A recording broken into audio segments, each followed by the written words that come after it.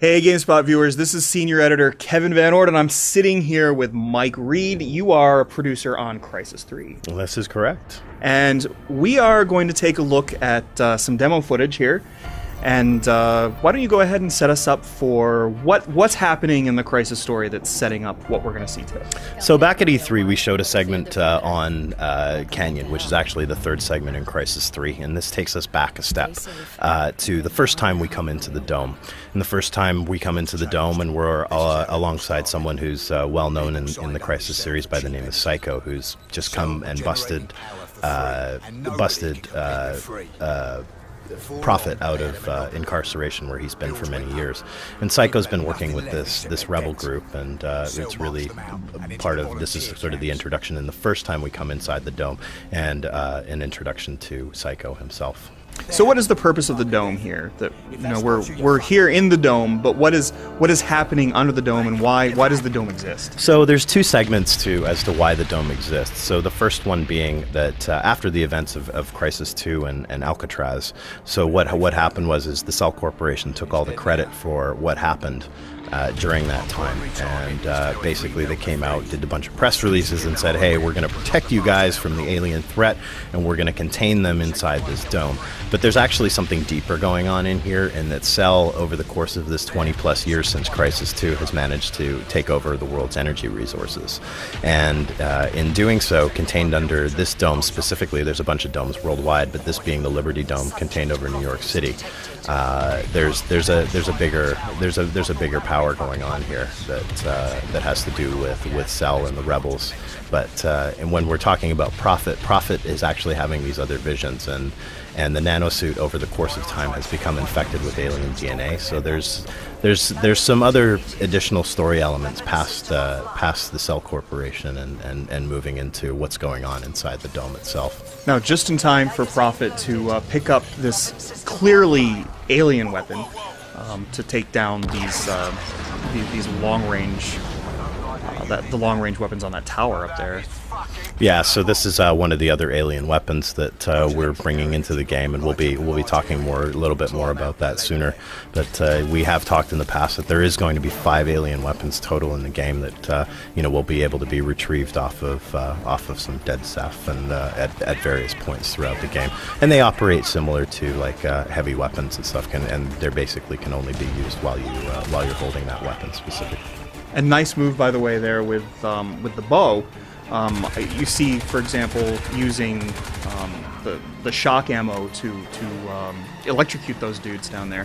What other kinds of ammo would you be seeing with the bow? So yeah, we really wanted to give people, a chance to interact with the environment itself, and coming back to some elements we had in Crysis 1 of, destructible items and things like that, and also with the case of what you saw with the electric arrow being able to zap people in the water. So we have explosive arrows, we have electro arrows, we have air burst, which is like a proximity frag, and then the standard arrow tips themselves. And then you can also change the draw weights on the arrows as well, or on the bow, sorry. And now we're entering this area, which recalls a lot of the verticality of Crysis 2. Is that something that you strive to maintain going into Crysis 3? Is that sense of verticality and being able to move upwards and downwards throughout the level? Yeah, so for sure. I mean, some levels definitely have some more vertical movement in them, but what we really wanted to create when we're in outdoor spaces, as you saw earlier, the wide open space that you have to deal with there, but even on some of the indoor elements too, that you have the space to move around, not just on a vertical plane, but on a horizontal plane as well. Now we see some trouble with turrets here, and in this case, the demo is showing a very straightforward way of handling those turrets. But there are other ways of approaching those turrets. What might some of those be? Right. So we really wanted to provide action sequences that are dynamic in a lot of ways, and how the player wants to approach them, and not just running in and destroying it, but also being able to use the suit mechanisms to hack it, or and in some cases, players may want to try to cloak and go around that itself. So everybody's going to have a different experience depending on how they want to approach the action itself. And in terms of the returning nanosuit, we'll still see the usual mechanisms, the cloaking, heavier armor, jumping, and so forth. Yeah, so you'll see a lot of those systems. Some of those systems have actually been a little more integrated, like sprinting, for instance, no longer uses energy. And that's actually changed in the multiplayer side as well. We've also gone back and revamped the nanosuit upgrade systems as well, so that it's combinations and nanosuit kits, no longer collecting nanocatalysts from dead aliens as well. And then, of course, the visor modes and what you can do with that in terms of hacking and nanovision and those staples of the Crysis series. Now you've also, we're back in New York, of course, but it's definitely a greener New York than we saw in Crysis 2. It's a sort of a combination of jungle and urban jungle. What is some of the, what's sort of the look that you're going for in the sense of place here?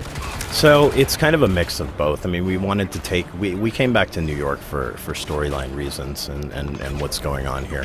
And we really wanted to take both sides from Crysis 1 with the jungle environments and Crysis 2 and kind of combine those elements into what we've talked about as the Seven Wonders, which breaks down into a few different areas, which we've shown. We've shown Swamp, which was back at the initial launch. We've shown Canyon, which was for our Dam Busters demo, and then Fields for this one as well. So each of the different areas has kind of moved in and allowed for our designers to kind of go wild in the way that they've put these together, and of course providing players with a different experience through each of the zones they'll pass through.